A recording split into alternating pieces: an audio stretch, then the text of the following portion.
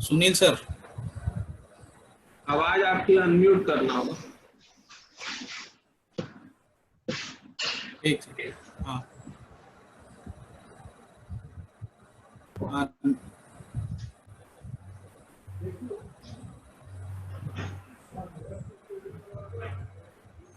मेरे ख्याल से शुरू करना चाहिए। सुनील भैया, हाँ जी बिल्कुल शुरू किया जाए ना, फिर लोग आते रहेंगे।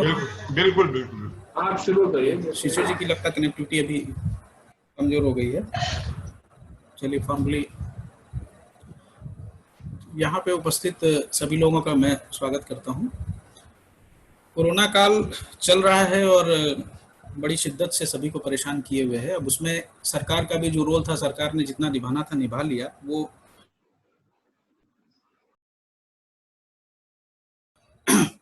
कोविड से कैसे हम लोग अभी मैक्सिमम टाइम तो अपने को घर में ही रहना है। बिजनेस एक्टिविटीज को सरकार ने ओपन जरूर किया है, लेकिन अपनी सेफ्टी के साथ ही हमको उसमें पार्टिसिपेट करना है। लगातार हम उसमें इन्वॉल्व नहीं हो सकते। अभी नॉर्मल डेज तो आने काफी दिन, मतलब काफी दूर है अभी। तो ऐसे में ये एक आवश्यकता महसूस हुई कि जब मैक्सिमम टाइम हम घर पे ही बिता रहे हैं और ऐसे कोविड-19 से फाइट करने को यदि हमको कुछ सेफ्टी टिप्स योगा के रूप में, आवाज आ रही है? आ रही है एक्चुअली। तो इसके लिए हमने ये प्रयास किया कि हमारे बीच में आज एक्सपर्ट हैं डॉक्टर के.एम. त्रिपाठी जी। आप बीएचयू योग साधना केंद्र में डिप्टी डायरेक्टर भी रहे हैं, तो उनके सुझावों का थोड़ा सा हम लोग चाहेंगे कि वो अपने सुझावों से हम लोगों को अनुग्रहित करें कि हम मैक्सिमम इस कोरोना काल में बाहर जरूर निकल रहे हैं, सरकार रिलैक्सेशन भी दे रही है, लेकिन हमको अपने समय को ज्यादा से ज्यादा चूंकि घर में ही बिताना है और इस तरह से बिताना है कि हम अपनी इम्यूनिटी को बरकरार रख सकें। तो इसलिए ऐसे समय में जो है कि अब शरीर की महत्ता का जो लोगों को अब समझ में आ रहा है कि हाँ किस तरह से हम रफली उसको यूज करते थे, तो उसको फिर से जो है उसकी वापस एनर्जी को रिगेन करने के लिए हम योग के प्रभाव को कहाँ तक अपने शरीर पर लागू कर सकते हैं। इसके लिए हम आज जो के.एम. त्रिपाठी जी के सुझावों को सुनने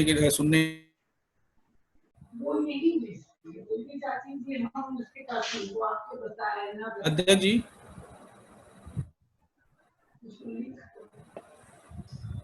कनेक्टिविटी की हाँ, हेलो, आवाज आ रही है? हाँ बिल्कुल बिल्कुल, आप वेलकम एड्रेस सर्वप्रथम मैं मीटिंग कॉल टू ऑर्डर की घोषणा करता हूँ। एक ऑफिशियली ऑर्डर जो रोटरी का एक सिस्टम है। और अब स्वागत भाषण में मैं सबसे पहले जो हमारे की स्पीकर हैं डॉक्टर के.एम. त्रिपाठी सर, आपका हार्दिक स्वागत और अभिनंदन है रोटरी क्लब वाराणसी सेंट्रल के तरफ से, क्योंकि आप के बारे में प्रशंसा बहुत सुनी हुई है और हम चाहेंगे कि हम लोग उससे काफ़ी लाभान्वित हों। मैं स्वागत करना चाहूँगा अपने पास्ट प्रेसिडेंट हमारे सुनील त्रिपाठी सर जी का, जो जिनके संयोजन से ये कार्यक्रम संभव हुआ है, और साथ ही हमारे पास्ट प्रेसिडेंट एस.सी. बागला सर, आपका भी सर आपका स्वागत है। और यहाँ उपस्थित सभी रोटेरियन साथी, हमारे दूसरे संचालक कार्यक्रम के अनिल कुमार सिंह जी, आपका भी स्वागत। और साथ हमारे यहाँ उपस्थित प्रकाश सर, संतोष भैया, अजीत मल्होत्रा जी, बजाज जी, ललित भैया, हृदयनाथ जी, मनोज जी, पंकज जी, सभी का तहे दिल से स्वागत और अभिनंदन है। मैं यहाँ पे ये कहना चाहूँगा कि योग के बारे में हम लोग सुनते रहते हैं, जानते रहते हैं, देखते रहते हैं, लेकिन कई चीज़ें ऐसी होती हैं जो छोटी या बारीक होती है, वो हम लोग नहीं समझ पाते हैं। तो हमें लगता है कि वो आज डाउट क्लियर होंगे। और योग में भी कई सारी भ्रांतियां दिमाग में चलती है, जैसा कि भारतवर्ष में है कि कम जानकारी वाले ज़्यादा ज्ञान देते हैं। तो ये एक जो भी कारण रहा हो, तो ऐसे परिवेश में ये जो कार्यक्रम हो रहा है, तो मैं उम्मीद करता हूँ कि जो लोग जुड़े हैं जरूर लाभान्वित होंगे। और एक बार फिर जितने भी लोग जुड़े हैं इस कार्यक्रम में, सभी रोटेरियन सदस्य और पास्ट प्रेसिडेंट और इंक्लूडिंग स्पीकर हमारे, आप सबका स्वागत अभिनंदन। और मैं आगे की कार्रवाई में मैं अजीत मेहरोत्रा जी से अनुरोध करूंगा कि वो हमारे की स्पीकर डॉक्टर के.एम. त्रिपाठी जी का एक परिचय हम लोग के सामने रखें ताकि हम लोग जान सकें उनके बारे में। I am edible. मैं अजीत मेहरोत्रा बोल रहा हूँ। आवाज आ रही है? बिल्कुल आ रही है। बिल्कुल आ रही है। जैसा जग चाह ही रहा है कि हम सभी योगा, हमारे जीवन में योगा इम्यूनिटी और स्टेमिना जरूरी है, पर इस कोरोना काल में इसकी आवश्यकता अब और भी जरूरी हो गई है। और ऐसे में आज का विषय आपने चुना, इसके लिए बहुत बहुत धन्यवाद। और आपने मुझे इससे महान शख्सियत का जीवन पढ़ने का मौका दिया, इसके लिए धन्यवाद। आज हमारे बीच डॉक्टर के.एम. त्रिपाठी जी, आप प्रमुख वक्ता हैं और आप बनारस विश्वविद्यालय से क्लिनिकल साइकोलॉजी में विशेषता के साथ स्नातकोत्तर प्रोफेसर R.S. सिंह और प्रोफेसर के.एन. उडुप्पा आयुर्वेदिक योग और प्रसिद्ध विशेषज्ञ वैज्ञानिक चिकित्सा विज्ञान संस्थान से उनके साथ काम किया हुआ है। आप BHU डायरेक्टर IMS PhD से जुड़े हुए और 1981 से 1987 के दौरान साइकोसोमेटिक और न्यूरोटिक डिसऑर्डर और योग और आयुर्वेदिक विमुखता के व्यक्तित्व और व्यवहार संबंधी पैटर्न पर काम करते रहे हैं। आप 1987 में डॉक्टर ऑफ फिलोसफी की सहायता प्राप्त डिग्री 1986 में प्रोफेसर के.एन. उडुप्पा के अनुसंधान समूह से शामिल हुए। 1989 में आपने BHU मालवीय भवन में योग केंद्र के सहायक निदेशक के स्थायी पद पर आसीन हुए और आप 1989 में से 2000 तक कम से कम 100 राष्ट्रीय प्रतियोगिताओं में लगभग 9000 से अधिक छात्रों को योग प्रशिक्षण दे चुके हैं। 1990 से 1999 के दौरान भारतीय योग अकादमी मानव सचिव के रूप में लगातार 3 बार आप चुने जा चुके हैं। आपके साथ काम करने के बहुत लोग जुड़े और बहुत लाभान्वित हुए। मनोनीत सचिव गवर्निंग काउंसिल योग केंद्र BHU द्वारा BHU प्रसारण WF 2007 UC नई दिल्ली द्वारा आपको ज्वाइन किया और अनुसंधान पर नामित सदस्य के रूप में आप कार्य करते रहे। 1993 से जापान और विशेष कोरियाई समूह से जापानी और कोरियाई समूह से अधिकारियों से शिक्षक के रूप में आप हमेशा अपना योगदान देते रहे। शिक्षा सेहत पहलू में प्रशिक्षण के कार्यक्रम में आयोजित करना। 1999 से पेरिस और फ्रांस के राष्ट्रीय सम्मेलनों में और 2 अंतर्राष्ट्रीय और 3 राष्ट्रीय सम्मेलनों में आप सहभागिता रही है। आप लगातार योग फिजिकली और स्टेमिना पे कार्य करते रहे हुए हैं और आज आप हमारे रोटरी सेंट्रल में आए हैं और हमें बड़ी खुशी है कि आपके अनुभव को हम लोग प्राप्त करेंगे। और आज की कोविड काल में आपके अनुभव से हम लोग सभी रोटरी सेंटर के सदस्य सकारात्मक ऊर्जा के साथ और ये कहते हैं आज लाभान्वित होंगे। अब आपके लिए कुछ ज्यादा न कहते हुए आपका जीवन परिचय बहुत संक्षिप्त में बोलने का प्रयास किया। यही कहना चाहूंगा, खूबसूरत पल में एक रिश्ता बन जाता है, जाने कौन कब जिंदगी का एक हिस्सा बन जाता है। कुछ खास लोग मिलते हैं जिंदगी में, कुछ खास लोग मिलते हैं जिंदगी में जिनसे कभी ना बिछड़ने वाला रिश्ता बन जाता है। और ऐसा ही आज हमारे त्रिपाठी जी हैं कि आपका जो बहुत स्वागत है रोटरी क्लब सेंटर परिवार में। धन्यवाद। धन्यवाद अजीत जी। अब मैं ये डॉक्टर सुनील त्रिपाठी सर से अनुरोध करूंगा कि विषय की स्थापना कर दें, उसके बाद फिर आगे आप ही कंटिन्यू करा दीजिएगा सर। धन्यवाद अध्यक्ष जी। आज का विषय है योग under covid for immunity, stamina and energy. वैसे तो योग एक बहुत ही गूढ़ विषय है और योग दर्शन में ईश्वर प्राप्ति का साधन भी इसको बताया गया है, लेकिन यहाँ पर आज हम योग के गूढ़ विषय के बारे में नहीं जान पाएंगे।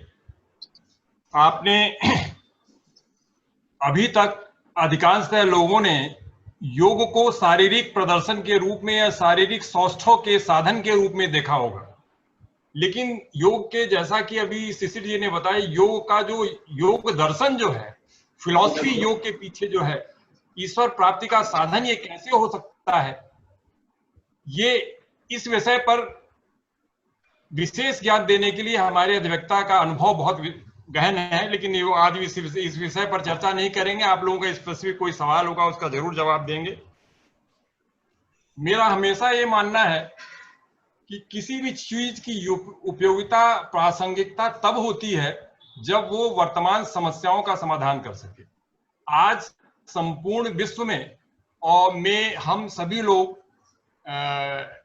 कोविड-19 पैंडेमिक से बहुत ज्यादा प्रभावित हैं और बहुत से लोग डरे भी हुए हैं। हालांकि डरने की जरूरत नहीं है, अभी तक इसका कोई वैक्सीन नहीं आया है।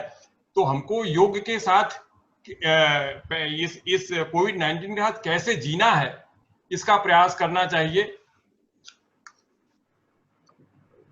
और अब मैं चाहूंगा कि आज परिप्रेक्ष्य में योग की प्रासंगिकता को देखते हुए योग से इम्यूनिटी, स्टेमिना और एनर्जी को कैसे बढ़ाया जाए, इस विषय पर हमारे मुख्य वक्ता डॉक्टर के.एम. त्रिपाठी जी अपने विचार आपके सामने प्रस्तुत करेंगे।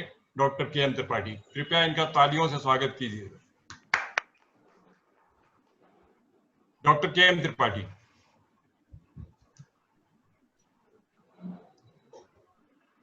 डॉक्टर साहब अनम्यूट कर लीजिए अपने। हाँ ठीक है।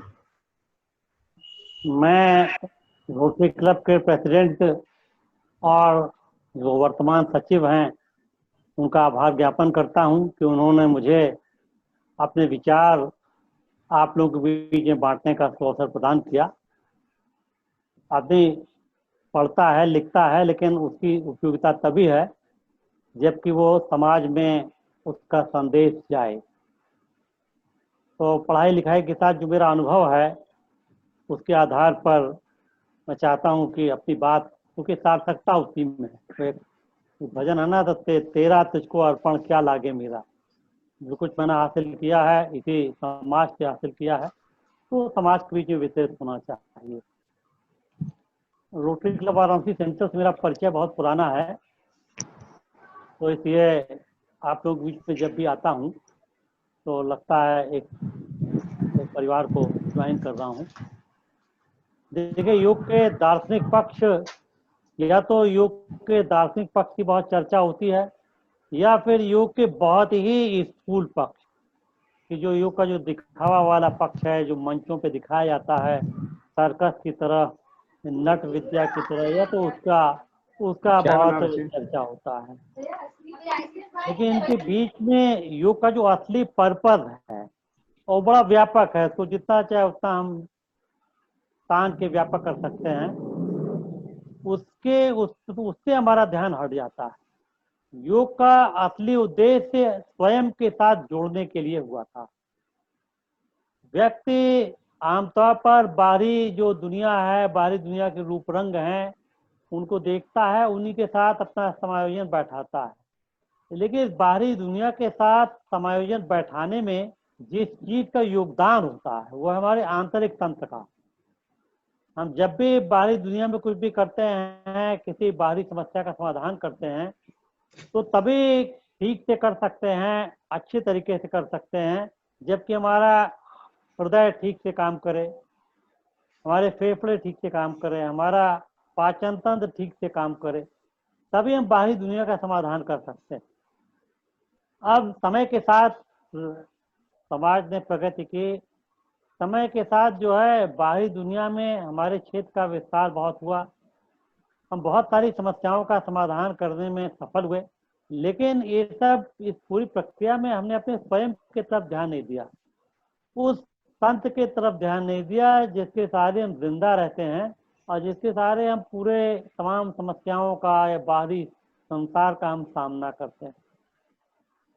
ये बहुत जरूरी होता है और इस जरूरत की हमने अनदेखी की है। योग हमारी इसी जरूरत को पूरा करने के लिए है। यही वो जो स्वयं के साथ जो हम जोड़ते हैं, अपने अंदर के प्राणायाम तंत्र के साथ जो जोड़ते हैं, अपने हार्ट के साथ जोड़ते हैं, अपनी मांसपेशियों के साथ जोड़ते हैं, यही चीज जब और गहराई में चली जाती है, उसके और गहरे स्तर में जाते हैं, तो फिर योग हमें हमारे ईश्वर से, परमेश्वर से, हमारी परमात्मा से, हमारी जो असली सत्ता है उसे परिचित करा देती है। आज के समय में आज के समय का जो योग है वो स्वामी विवेकानंद जी ने 1893 में जो शिकागो में भाषण दिया था, उसके बाद इसका पूरा विकास हुआ। जो पूरा जो फोकस था वो बदल गया। स्वामी विवेकानंद जी का अभी हमारे पास प्रेसिडेंट सुनील त्रिपाठी जी ने कहा कि किसी चीज की सार्थकता तभी है जो जनता जनार्दन के काम आए। यही बात स्वामी विवेकानंद जी ने 1893 में कहा था। उन्होंने कहा था, उनके गुरु ने कहा था। वो तो योग के गुण पक्षों की तलाश करने के लिए गए थे, क्योंकि गुरु ने कहा कि जब तक तुम्हारा समाज पिछड़ा हुआ है, जब तक तुम्हारा समाज दुखी है, कोई भी साधना काम की नहीं। पहले अपने समाज के ऐसा योग और अध्यात्म का एक ऐसा रूप विकसित करो जो तुम्हारे समाज के काम आए। जब समाज आगे बढ़ेगा तभी तुम्हारा आगे बढ़ना सार्थक होगा। तो वहां से बात शुरू हुई। उनकी जो बात जो थी दुनिया के बुद्धिजीवियों वैज्ञानिकों को बहुत जची, और उन्होंने फिर उसको वैज्ञानिक तरीके से उसकी वैज्ञानिक प्रामाणिकता की जांच करना शुरू किया, और उस प्रामाणिकता की जितने कसौटियां थी उन पर योग खरा उतरा, और इस पर बहुत ज्यादा काम हो चुका है। मैं आज मुझे जो विषय दिया गया है, इस विषय के लिए मुझे किसी नई जानकारी के पर नहीं जाना पड़ेगा। भाई साहब ने हमसे कहा कि ऐसा ऐसा है, तुमने ये चीज़ों पर तुमको एक्सप्रेस करना है। मैंने कहीं पर बहुत पहले चर्चा हो चुकी है। बहुत पहले क्रिश्चियन बर्नार्ड साहब थे, तो वो कैंसर पर काम करते थे वो, और कैंसर मरीजों की जो डेथ होती थी उससे बड़े दुखी थे। तो उन्होंने भारतीय विधियों की तरफ उन्होंने देखा, और फिर पहली बार उन्होंने योग की जो शवासन की टेक्निक है, मेडिटेशन की टेक्निक है, इसको मेडिकल साइंस से जोड़ा, और जोड़ करके उन्होंने देखा कि इसके आश्चर्यजनक लाभ भी है। देखिए, रोग से ठीक तो भगवान करता है। कोई भी जो डॉक्टर होता है वो अपनी दवा लिखता है, दवा लिखने के बाद अंत में कहता है कि भगवान के इलाज मैं कर रहा हूँ, जो कुछ मैं जानता हूँ इलाज मैं कर रहा हूँ, ठीक भगवान करता है। तो जीना मरना ये तो भगवान के हाथों में है, लेकिन उससे बड़ा सुधार हुआ। करीब जो मृत्यु दर जो थी, करीब उसमें 40% की गिरावट आ गई क्रिश्चियन बर्नार्ड साहब की, जब उन्होंने योग और मेडिटेशन और शवासन का जब उन्होंने प्रयोग किया। देखिए, पूरी जो भारतीय परंपरा है, जिसमें आयुर्वेद आता है, योग आता है, ये आंतरिक सिस्टम को मजबूत करने पे जोर देता है। आयुर्वेद के बारे में जो आयुर्वेद के लोग ही हैं वो प्राय उसको कुछ गलत दिशा में व्याख्या कर जाते हैं। जहाँ तक मैंने अपने उस्ताद प्रोफेसर पद्मश्री प्रोफेसर रामवर सिंह से सीखा है कि आयुर्वेद किसी मर्ज का इलाज नहीं करता, किसी बैक्टीरिया वायरस को नहीं मारता। ये आपके सिस्टम को इतना मजबूत कर देता है, आपके सारे टिश्यूज को, सारे तंत्र को, मतलब टिश्यूज को मजबूत करता है। बेसिकली आयुर्वेद की दवाएं हमारे विभिन्न टिश्यूज को मजबूत करती हैं। वो जो हमारा हृदय का टिश्यू, हृदय के जो टिश्यूज है, ऊतक हैं, जो हमारे पाचन तंत्र के ऊतक हैं, जो हमारे फेफड़ों के ऊतक हैं, जो हड्डियों के ऊतक हैं, उनको इतना मजबूत कर देता है कि कोई वायरस बैक्टीरिया फिर कुछ बिगाड़ नहीं पाता। और ठीक यही काम योग करता है, पर रास्ता अलग है। जो है आयुर्वेद इसको पाचन तंत्र में सुधार करके इसको ठीक करता है, और योग जो है इसको वायु के द्वारा, हम वायु को कैसे विभिन्न जगहों पर ले जाएं, अपने ध्यान को कैसे विभिन्न जगहों पर ले जाएं, इस प्रकार से उसको ठीक करता है। तो योग और आयुर्वेद जो प्राचीन भारतीय परंपरा है, दोनों का जो उद्देश्य है वो आपको आंतरिक मजबूती प्रदान करना है। आप अंदर से मजबूत रहेंगे तो कोरोना आपका कुछ नहीं बिगाड़ पाएगा, या कोई बैक्टीरिया वायरस आपका कुछ नहीं बिगाड़ पाएगा। बहुत दिन तक हम जो पाश्चात्य विचार थे हम उनमें उलझे रहे। उनमें एक चकाचौंध थी, प्रचार तंत्र था, बहुत जोर शोर से उनका प्रचार प्रसार हो रहा था। लेकिन बारंबार मैं विभिन्न मंचों पर हमेशा कहता रहा हूं कि हमें अपने आप को मजबूत करना है। योग इसी चीज का रास्ता है। जैसे जैसे हमारी चुनौतियां बढ़ रही हैं, संसार की चुनौतियां बढ़ रही हैं, संसार आगे बढ़ रहा है, हमारी प्रगति की रफ्तार बढ़ रही है, तो इस प्रगति की रफ्तार के साथ हमारा जो पूरा सिस्टम है, जो हमारे आंतरिक तंत्र से मिलकर के बनता है, जिसमें हमारा प्राणायाम तंत्र शामिल है। प्राणायाम तंत्र मतलब हमारा हृदय है, फेफड़ा है, पाचन तंत्र है, फिर हमारा मन है, फिर हमारे विचार हैं, इन सब क्षेत्रों में का भी विकास करना पड़ेगा। हमें इन क्षेत्रों में भी प्रगति करनी पड़ेगी। बाहर के साथ प्रगति के साथ तालमेल बैठाने के लिए हमको आंतरिक तौर पर मजबूत होना पड़ेगा। उन्हें बहुत प्रगति कर ली, इसमें कोई शक नहीं। संसार बहुत आगे बढ़ चुका है, लेकिन संसार आगे बढ़ चुका है तो उसके साथ तालमेल बैठाने के लिए हमारा अपना सिस्टम जो है वो इनकम्प्लीट था, कुछ असमर्थ सा साबित हो रहा है। और वो किसी चीज को कभी कभी किया जाता है ना, किसी को बार बार वार्न किया जाता है। वैसे तो इन सब चीजों को बहुत पहले समाज या वैज्ञानिक लोग या बुद्धिजीवी लोग बहुत पहले पकड़ चुके थे, और योग की तरफ लोगों का ध्यान चला गया था। आखिर योग की तरफ लोगों का ध्यान गया था, आवश्यकता आविष्कार की जननी है। इतने दिनों से योग की बात हो रही थी, क्योंकि एक ऐसा वक्त आया जब हमारे प्रधानमंत्री जी ने यूएनओ में अपनी बात कही और तमाम देशों ने एक बात से उसको स्वीकार कर लिया। रामदेव जी हैं, रामदेव जी जैसे बहुत सारे हमारे यहाँ योगविद हैं, लेकिन पूरे यूएनओ ने उनकी बात को ध्यान से सुना, क्योंकि आवश्यकता आविष्कार की जननी है।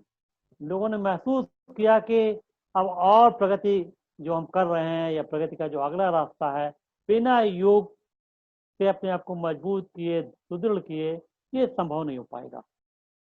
फिर भी लोगों ने इस पर कुछ बहुत सारे लोगों ने ध्यान दिया, बहुत से लोगों ने ध्यान नहीं भी दिया, लेकिन अंत में वो समय आ गया जिसने बाध्य कर दिया है। हम लोग सुनते थे, चर्चा होती थी कि योग वो एक्सरसाइज जो सीडेंटरी लाइफ स्टाइल के लिए सबसे फिट है, और आज सीडेंटरी लाइफ स्टाइल अपनाने के लिए हम बाध्य हैं। एक विशेष एज ग्रुप वालों को तो मना कर दिया गया कि बाहर निकले ही नहीं। तो बाहर निकलेंगे तो कुछ शरीर की गतिविधियां होंगी, हाथ पैर चलेंगे, सोचेंगे, समझेंगे, नई चीज देखेंगे। सबसे ज्यादा तो सीनियर सिटीजन को प्रॉब्लम है। तो ऐसे हम कैसे करेंगे? हम घर पे बैठे हुए हम कैसे अपने आप को मजबूत करेंगे? तो अंत में हमको बाध्य होकर के एक ही रास्ता हमको नजर आया, आयुर्वेद के साथ साथ योग का रास्ता,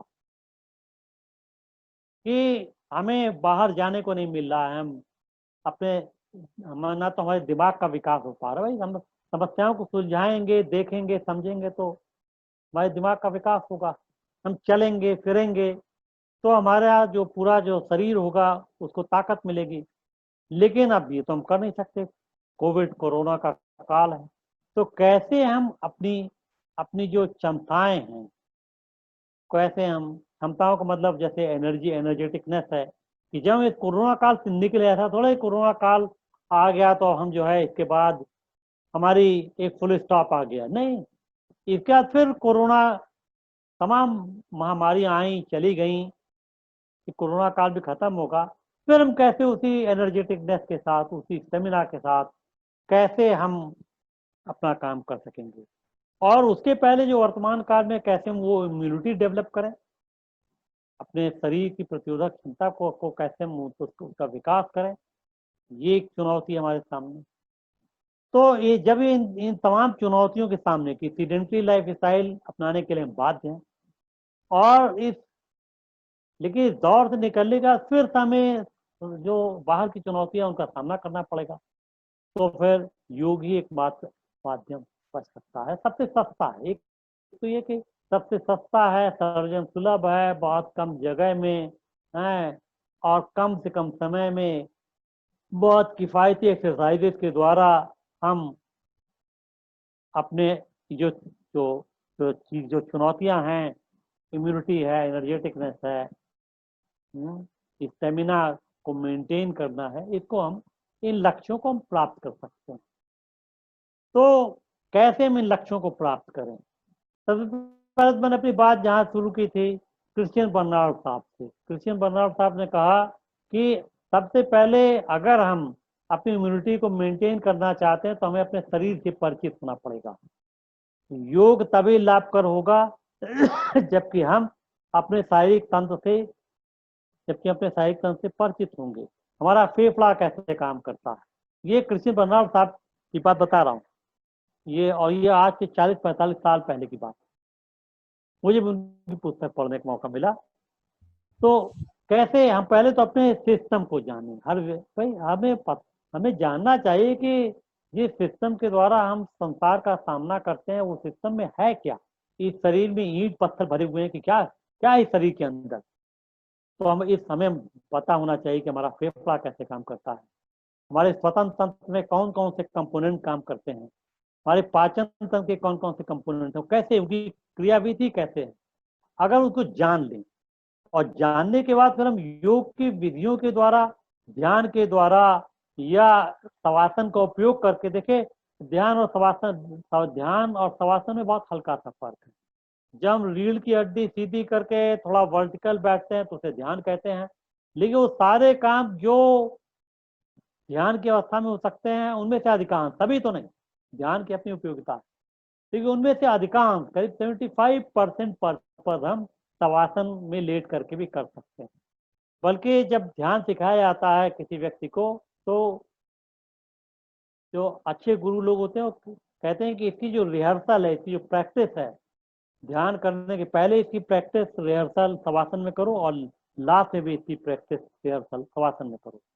क्योंकि शवासन में ध्यान की उच्च अवस्थाओं में भले कुछ नुकसान हो जाए, कुछ साइड इफेक्ट्स आ जाए, होते हैं, कोई चीज भी निरापद नहीं है, लेकिन शवासन में कोई भी ऐसा जो ध्यान से होने वाला जो कोई भी साइड इफेक्ट ऐसा कुछ नहीं होता ध्यान शवासन में।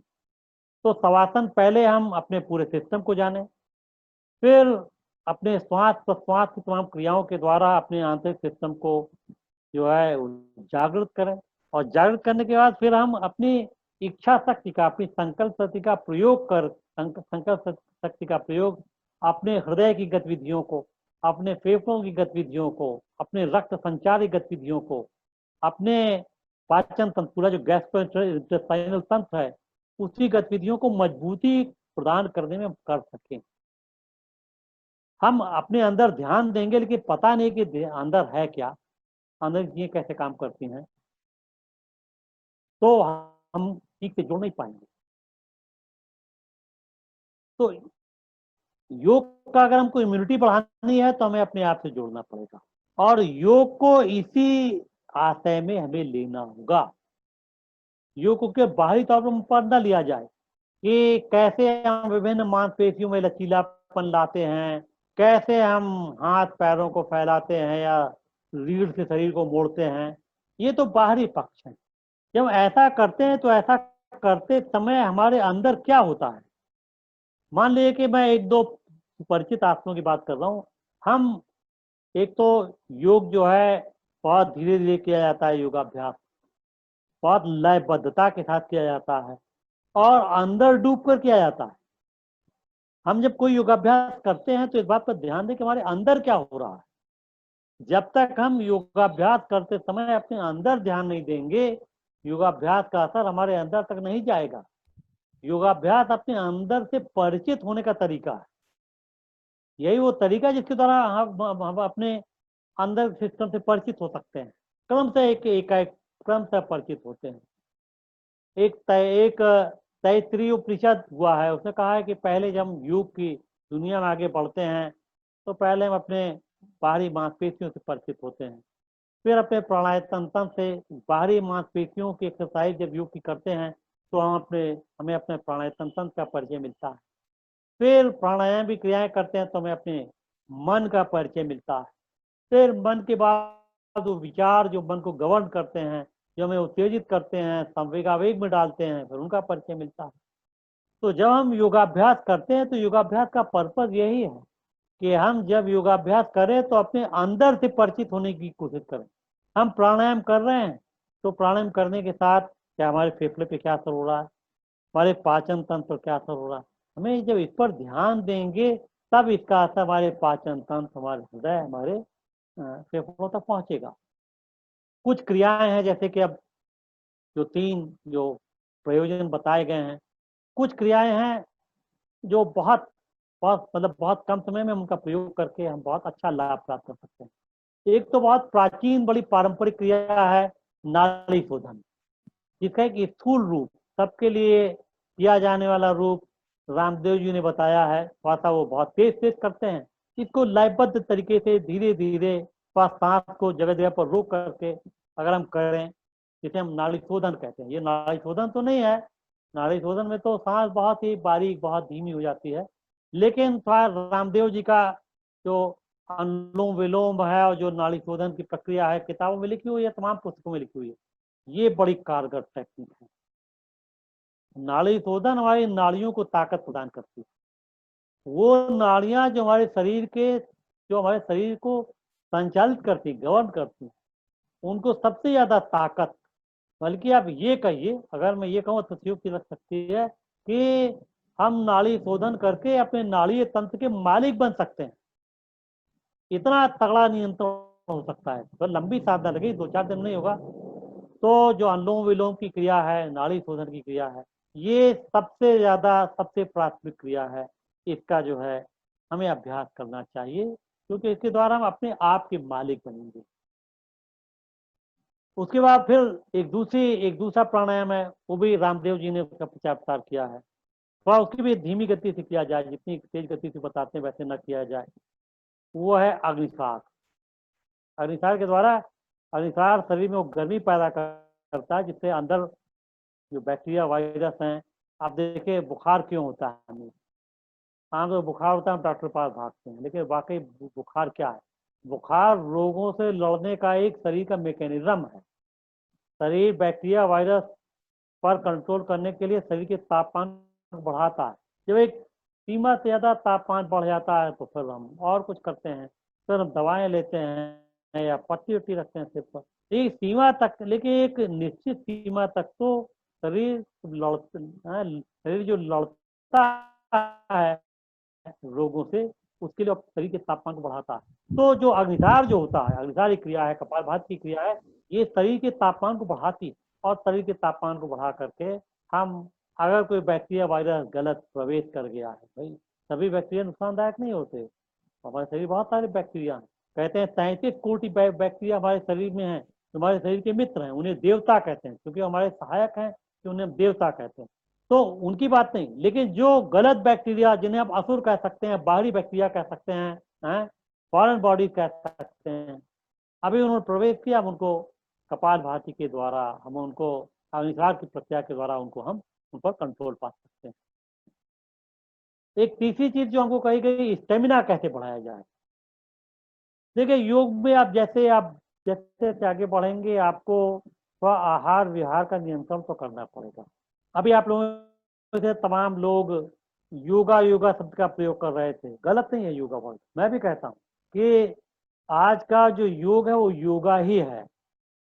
बहुत सारे मंचों पर बड़े जो पारंपरिक लोग हैं, इस बात का बड़े जोर शोर से विरोध करते हैं कि योग तो योगा हो गया है, इसे योगा नहीं होना चाहिए, कि योग है।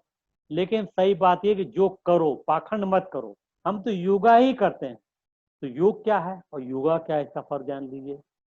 भगवान श्री कृष्ण ने साफ साफ बता दिया, युक्त आहार विहारस्य युक्त चेतस्य कर्मसु। जब हम युक्त आहार विहार करते हैं, युक्त वातावरण का सेवन करते हैं, सही है, योग युक्त तरीके से सोते और जागते हैं, तब जो किया जाता है उसे योग कहते हैं। अरे आप कोई योगाभ्यास नहीं करें, केवल आप इतना ही करें, युक्त आहार विहार का सेवन करें, तो भी वो कहीं न कहीं 50, 60, 70% योग हो जाएगा।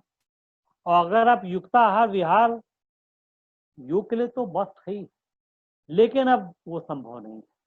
अगर तमाम आहार संबंधी परहेज अगर हम बताएं तो संभव नहीं है। लेकिन जब आप स्टेमिना की बात कर रहे हैं, ज्यादा ताकत की बात कर रहे हैं कि योग से ज्यादा हासिल करें, तब तो आपको कुछ परहेज करने पड़ेंगे। तो एक क्रिया होती है, उसे हम कहते हैं अग्निसार की क्रिया।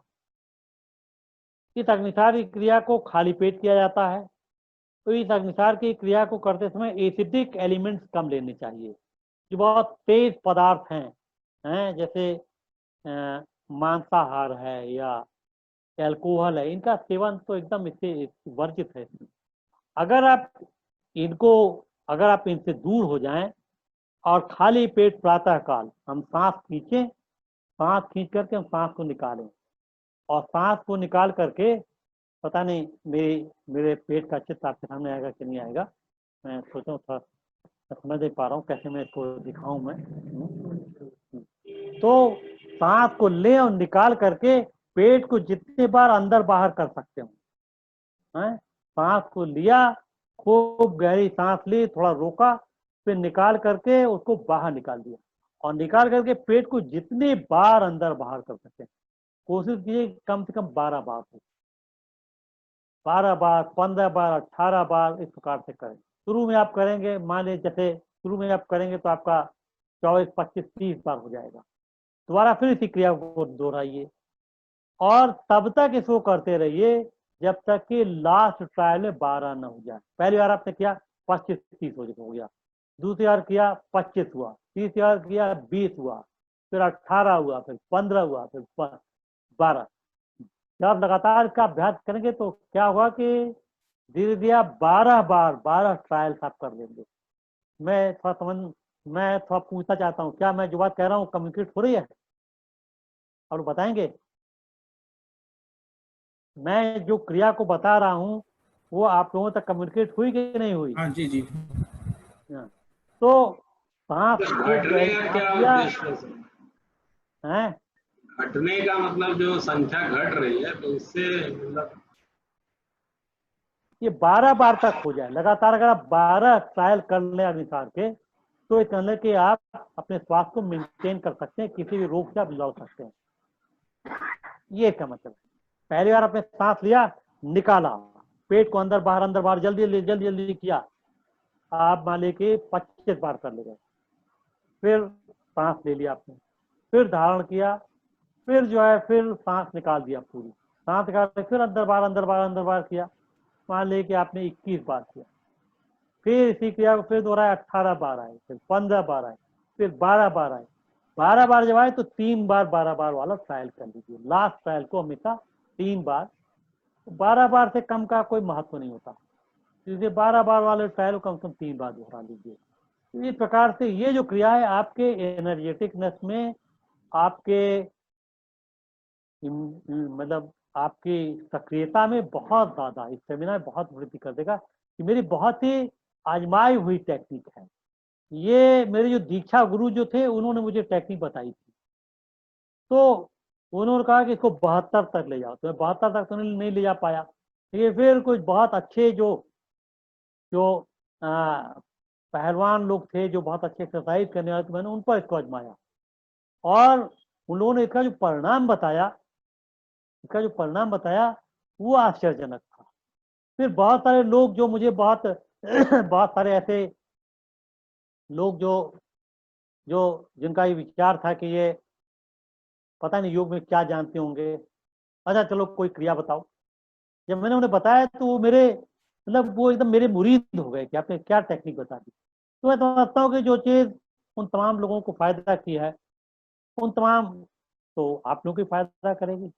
तो ये एक टेक्निक थोड़ा सा, बाकी जो चीजें हैं उनमें हल्का फुल्का आहार विहार तो सब जगह जरूरी है, लेकिन ये जो क्रिया है इसके लिए तो आपको भाई पेट खाली होना चाहिए, और बात है ये कि जो निरामिष आहार है उन सबसे बचना पड़ेगा, तभी ये फायदा करेगी।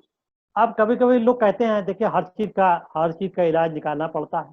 कभी कभी लोग कहते हैं साहब चलिए हफ्ते में एक दिन तो अलाउ कीजिए, तो हाँ हफ्ते में अलाउ है, लेकिन अगर हफ्ते में एक दिन आपने ऐसा कुछ निरामिष आहार आपने कर लिया, तो दूसरे दिन आपको कम से कम 3-4 बार नारियल का पानी पीजिए। क्योंकि ये जो क्रिया है, ये क्रिया क्या करती है कि आपके अंदर के जो फैट है उसको गला करके एनर्जी में कन्वर्ट कर देती है। तो कैसे करेगी? बाहर ये जो आप स्ट्रेस डालते हैं अपने पेट के ऊपर, उससे क्या होता है, एक शरीर के अंदर खुद ही एक एसिडिक सिक्रीशन होता है। उस एसिडिक सिक्रीशन को नॉर्मलाइज करने के लिए हमें या तो दूध पीना पड़ेगा, या फिर हमें जो है नारियल का पानी पीना पड़ेगा। तो या हमने निरामिष आहार किया, उससे जो एसिड एल्कलाइन एसिड का जो बैलेंस बिगड़ा है उसको ठीक करने के लिए हमें नारियल का पानी पीना पड़ेगा, दूध पीना पड़ेगा। तो एक दिन मान लीजिए कि आप एक दिन करना ही चाहते हैं तो फिर इस प्रकार से करें, लेकिन बाकी 6 दिन तो फिर आपको पूरा परहेज करना पड़ेगा। ये वो क्रियाएं हैं इनके के द्वारा आप जो है अपनी एनर्जी को, मैंने बहुत 2-3 क्रियाएं बताई, बहुत ज्यादा करने की आवश्यकता नहीं, अगर कोई चीज सही होगी तो सटीक निशाने पर लगेगी, और अगर सटीक नहीं होगी तो फिर 2 4 5 आप रावण को मारने के लिए 30 बाण चलाए जाते थे, नहीं लगते थे। 31 बाण चलाए गए तो एक तीर जो है मौके पर लग गया। तो बहुत सारे, जब हमें पता नहीं होता कि हम कैसे वार करें तो हम बहुत सारे बाण चलाते हैं। देखिए 2-3 क्रियाएं, आप नाड़ी शोधन करें, आप अनुलोम विलोम करें, आप जो है ये भस्त्रिका करें, भस्त्रिका जो रामदेव जी ने जो बताई धीरे धीरे करें, आप कपालभाति करें, और अपनी एनर्जी को बढ़ाने के लिए जो है फिर आप ये जो अग्निसारी क्रिया है इसको करें। शवासन और मेडिटेशन के बारे में मैं इसलिए नहीं बोल रहा हूँ कि इसके बारे में बहुत सारी चर्चा होती है, बस आपको मेडिटेशन और शवासन के का जो मेडिटेशन शवासन को अपने आंतरिक तंत्र के साथ जोड़ देना है, उसके साथ परिचय स्थापित करने की विधा के तौर पर यूज करना चाहिए। अब मेडिटेशन का उद्देश्य तो जो है एकदम आत्मा से परमात्मा की यात्रा करना है, वो आप लोगों को यात्रा तो आप लोगों को करना नहीं है। ये कहना बहुत आसान है, पाखंड किया जा सकता है, लेकिन इसमें जन्म जन्मांतर लग जाते हैं। इसके लिए पूर्व जन्म के संस्कार, वर्तमान जन्म के संस्कार, किस माहौल में रहते हैं, सबका बड़ा रोल है। तो जो कर सकते हैं, योग का जो लाभ ले सकते हैं वो लाभ तो लें हम कम से कम। तो हम मेडिटेशन और शवासन का इसी अर्थ में उपयोग करें कि जब हम मेडिटेशन करें तो अपने आंतरिक तंत्र मेडिटेट करें, आंतरिक तंत्र से परिचय करें, उससे दोस्ती करें। लगातार प्रयास करते करते दोस्ती स्थापित हो जाती है। मैं एक आखिरी एक उदाहरण के द्वारा जो है मैं अपनी बात खत्म करूंगा। ये उदाहरण मैंने बहुत जगह दिया है।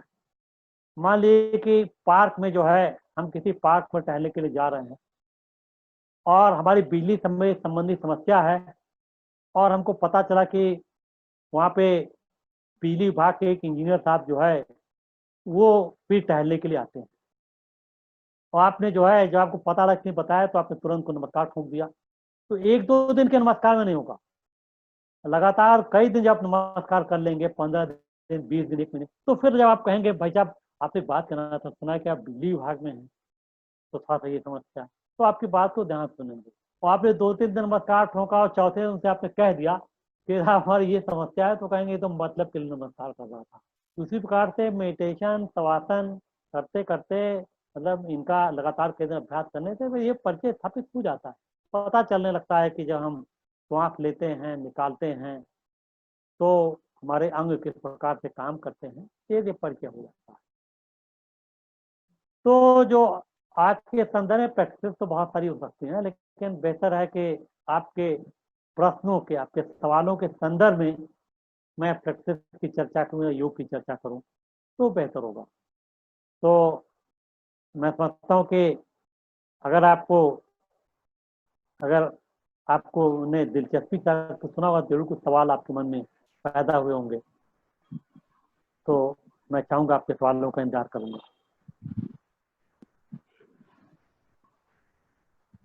किसी को यहाँ क्वेश्चन पूछना है तो वो रेज हैंड करे या अपने को अनम्यूट करके वो डायरेक्ट पूछ सकते हैं। सर एक चीज बताइए। हेलो। हाँ जी जी, सुन रहा हूँ। जैसे अग्निसार में आपने कहा कि एक राउंड करने के बाद आप जो है सांस फिर से लें, तो वो कितने 4-5 बार लेने के बाद करें कि एक ही बार लेके फिर शुरू करना है? फायदा तभी होगा जब लगातार करेंगे। एक सांस लिया, अभिसार किया, मतलब सांस निकाला, अभिसार किया, फिर सांस गम, अच्छा, फिर दोबारा लगातार करने का ज्यादा फायदा होता है। अच्छा, 2-3 बार नहीं रुकने कर लेने की जरूरत नहीं। अरे शुरू में तो देखिए योग को आसानी से करना चाहिए। योग के साथ एक मित्रवत संबंध रखना चाहिए योगाभ्यासों के साथ। तो उसको आराम से करें, धीरे धीरे आप असली चीज पर आए, वो ज्यादा अच्छा होगा। जी जी जी। अब जैसे फॉर एग्जाम्पल आप जो है जैसे नाड़ी शोधन करते हैं तो नाक को इस प्रकार से बंद करते हैं। अगर आपको इसमें असुविधा होती है तो आप कुंभक के समय आप नाक को खुला रखिए आप नाक खोल करके भी कुंभक कर सकते हैं। योग ऐसे करें कि आपको मजा आए। हाँ, आपको और कोई कहीं कोई शंका हो तो आप पूछ सकते हैं किसी नाड़ी शोधन एक बार फिर से दिखाइए, बताइए। किसी को नाड़ी शोधन को फिर से एक बार बताइए। जी, नाड़ी शोधन में जरूरी नहीं कि आप इस मुद्दा को धारण करें। आपने दाहिनी नाक को बंद किया और बाईं नाक से आपने धीरे धीरे सांस लिया।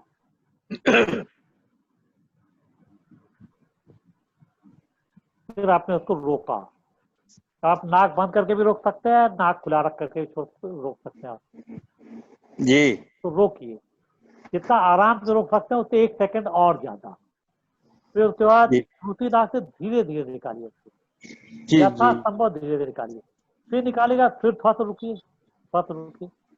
तो फिर जिस नाक से सांस निकाली है उसी से फिर सांस लीजिए, और जितना पे वहां रोका था उतना ही फिर रुकिए। ये तो अनुलोम विलोम हुआ। नहीं, जब धीरे धीरे करेंगे तो ये अनुलोम विलोम नहीं, तभी नाड़ी शोधन कन्वर्ट हो जाएगा। ये अनुलोम विलोम नाड़ी शोधन के बीच की चीज है।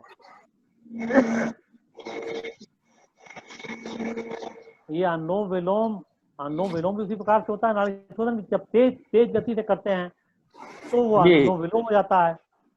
धीमे धीमे लयबद्ध तरीके से एक अनुशासन बनाए रखते हुए करते हैं तो नाड़ी शोधन हो जाता है।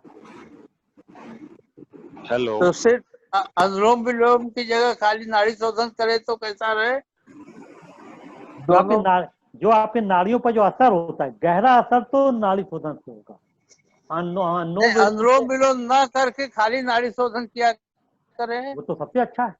ठीक है। तो सबसे अच्छा है। वो तो दिमाग का भी विकास करता है और शरीर का भी विकास करता है। दिमाग तो बहुत ज्यादा असर डालता है।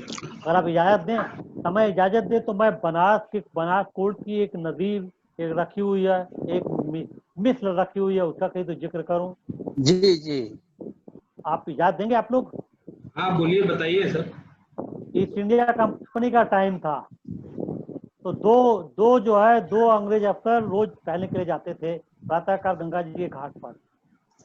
करते करते एक दिन किसी बात में उन लोगों में झगड़ा हो गया तो उन लोगों ने झगड़ा हुआ, सब मारपीट कर बैठे, पूरी तरह मारपीट उन्होंने किया। आप लोग मेरी बात सुन रहे हैं? हाँ जी सब सुन रहे हैं। तो मारपीट किया, लेकिन अंग्रेज बड़े न्यायप्रिय होते थे तो उनका मामला कोर्ट में जाएगा।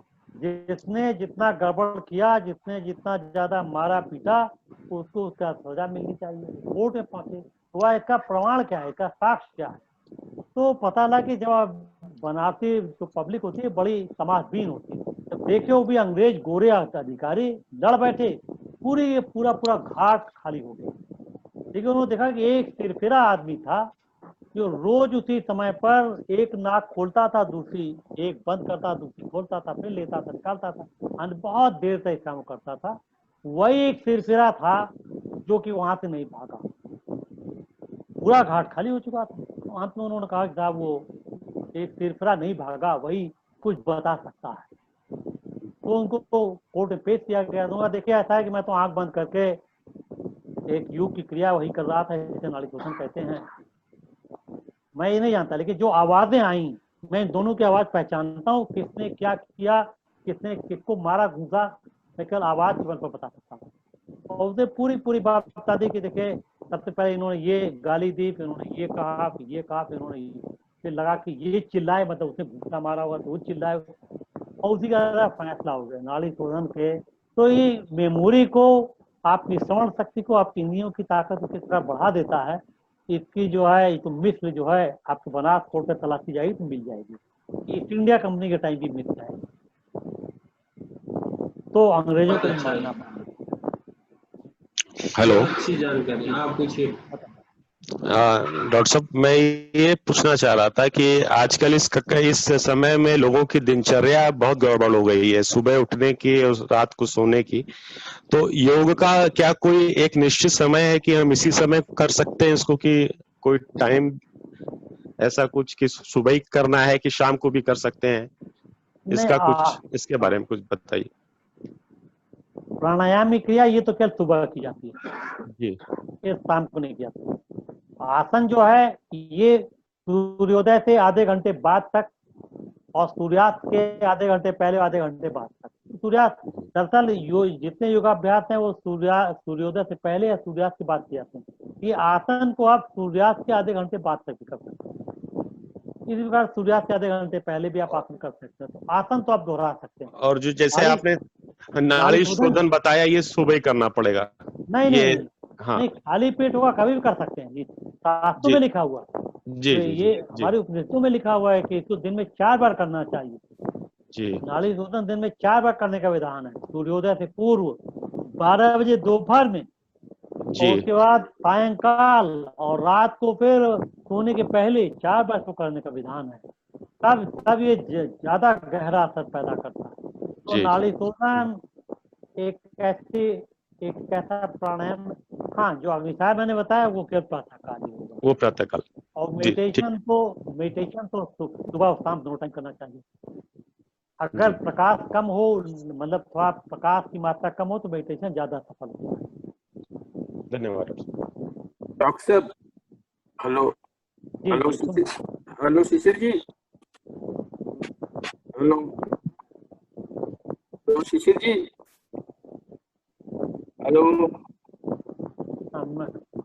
हेलो, आवाज आ रही है भैया, बोलिए आप। हम ये बोले थे कि ये पूछना नाड़ी शोधन मतलब कि एक बार में कितना करना चाहिए? हेलो ये आपने एक बार में मिनिमम जो है कम से कम 5 से 6 करना चाहिए, कम से कम।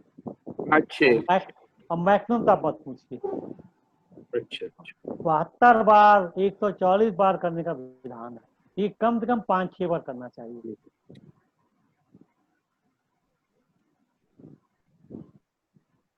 और किसी को कोई सवाल हाँ हाँ पूछिए। नहीं आप बता रहे हैं, बताइए, हमके कोई सवाल पूछना था इसलिए।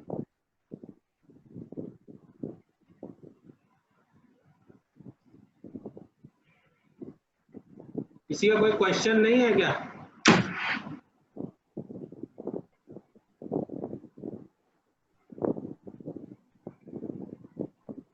पूछिए सर। अनुलोम विलोम में सांस रोकने सांस निकालने की कोई टाइमिंग फिक्स है कि 4 सेकेंड 8 सेकेंड 10 सेकेंड, ऐसा कोई टाइमिंग है कि जितना चाहे आपसे उतना रोक सकते हैं? सांस जब अनुलोम विलोम में सांस रोका नहीं आता, सांस रोकते हैं तभी नाड़ी शोधन बनता है। अनुलोम विलोम में सांस नहीं रोकते। रेचक कुंभक ये जो चीज, ये क्या किस संदर्भ में यूज करते हैं? वो नाड़ी शोधन के संदर्भ में, नाड़ी शोधन के संदर्भ में। जब हम अनुलोम विलोम के साथ रेचक कुंभक जोड़ देते हैं, मतलब शून्य को कुंभक जोड़ देते हैं, तो वो धीरे धीरे जो है वो नाड़ी शोधन में कन्वर्ट होता जाता है, पर नाड़ी शोधन और ज्यादा धीरे धीरे और लयबद्ध तरीके से किया जाता है।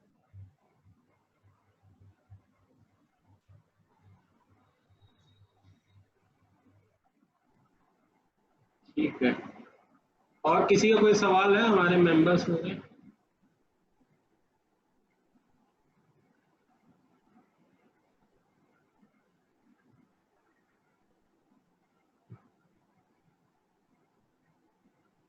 मैं त्रिपाठी सर से कहूंगा कि एक समअप कमेंट दे दें यहाँ पे, और उसके बाद धन्यवाद प्रकाश के लिए मैं अपने दूसरे कार्यक्रम संयोजक अनिल सिंह जी को कहूंगा कि वो सबका धन्यवाद देंगे। तो पहले त्रिपाठी सर आप एक समअप दे दीजिए प्रोग्राम का। आप लोगों ने आज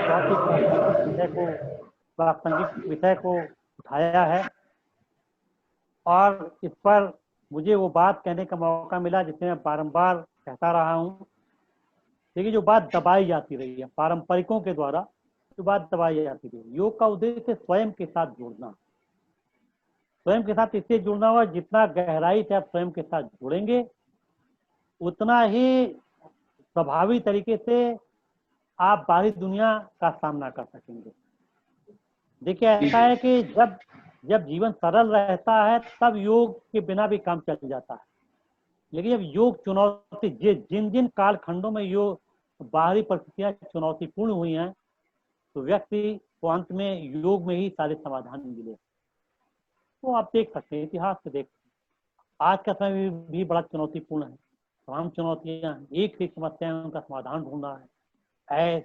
नए अब तो नवाचार की बात होने लगी है कि नई नई चुनौतियां, उनके नए नए समाधान।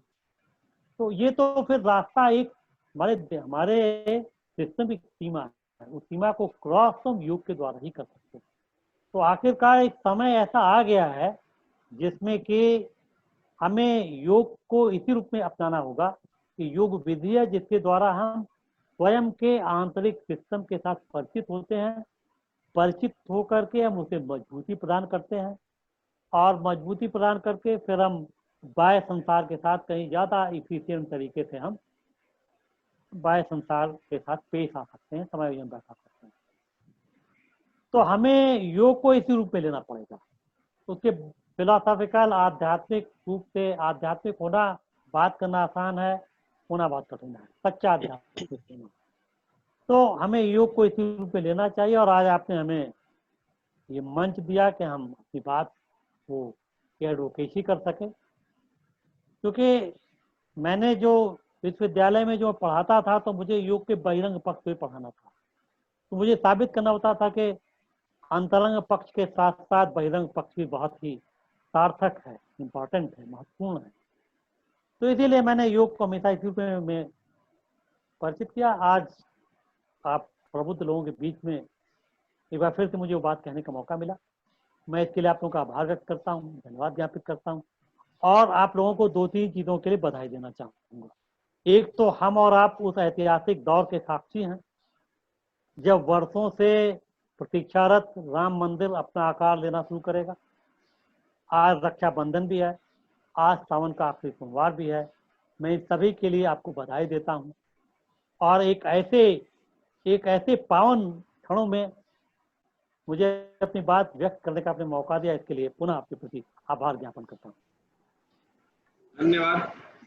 सुनील सर, आप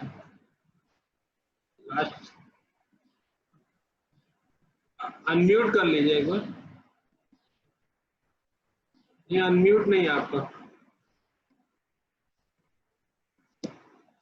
आवाज नहीं आ रही है सर आपकी। मैं ये कह रहा हूँ कि मुझे जो आपने कहने के लिए कहा था उसको बहुत ही संक्षिप्त वे में ऑलरेडी कह चुके। ठीक है, नहीं किए।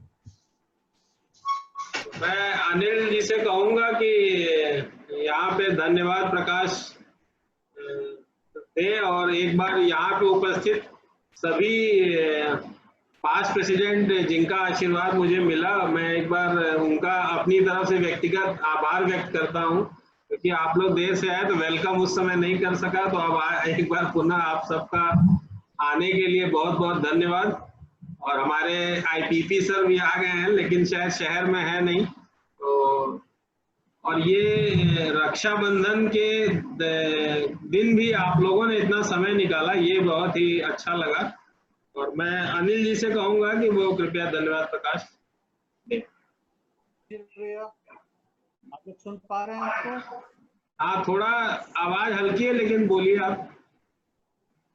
मैं डॉक्टर के.एम. त्रिपाठी जी का धन्यवाद करना चाहूंगा, जिन्होंने अपना बहुमूल्य समय निकाल करके हमको इतनी बहुमूल्य जानकारी दी। निश्चित रूप से हम लोग अपने जीवन में इनकी सिखाई हुई बातों को अनुसरण करेंगे, जिससे हमें व्यापक रूप से इसका फायदा भी मिलेगा। मैं अपने पास्ट प्रेसिडेंट सुनील त्रिपाठी जी का धन्यवाद दूंगा, जिनकी वजह से यह कार्यक्रम सफल हो पाया।